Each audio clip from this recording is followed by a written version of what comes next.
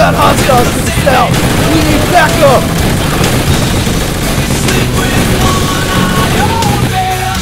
Roger that, we'll help you out this time.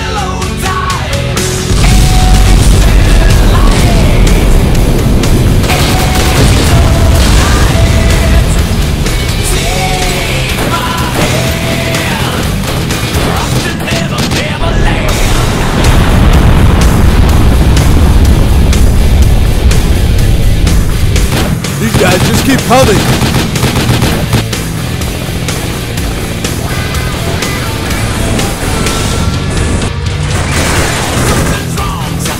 I got a bug out. We're regrouping, sir.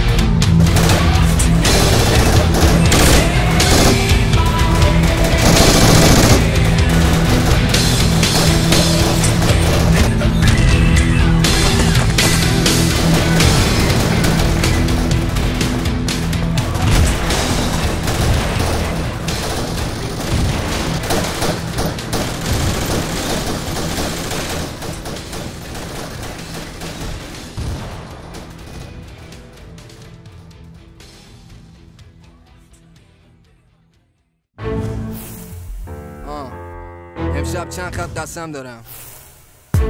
هرکی میدونه چی میگم بده مسافری رنگیم. امشب میخورم 100 تا قسم، زندش میکنم با رنگ قلم. امشب میخورم 100 تا قسم، زندش میکنم با رنگ قلم. امشب میخورم 100 تا قسم، زندش میکنم با رنگ قلم. امشب میخورم 100 تا قسم، زندش میکنم با رنگ قلم. چون ندونستی بدون ما خدا سرشتیم، یکی دو دستی بخون ما چه ها نوشتیم. والا به گوشت مثل لنگر به دریا، حافظ روحت مثل سنگر تو جنگا. حسین تشتم ولی تشنه خونم، نمیشم سیراب تا که یه روز بخونم. از روی کاغذ از توی حنجره صدا بلند شه تا که خورد شه پنجره. بکنم پرواز به اوج کوسفه، با دو پا مسافر در بند و درکه. نفسم تنگه واسه نسیم خزر شد، تو دلم جنگه حالم چه وخیمه امشب. امشب میخورم 100 تا قسم، زندهش میکنم با رنگ قلم. امشب میخورم 100 تا قسم، میخوان از ما بگیرن اصل و نسب.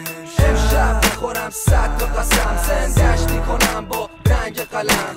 امشب میخورم 100 تا قسم، میخوان از ما بگیرن اصل و نسب. میخوام بشکونم هرچی مرز و قاعده، قبل پرواز هرچی مغز و نابده.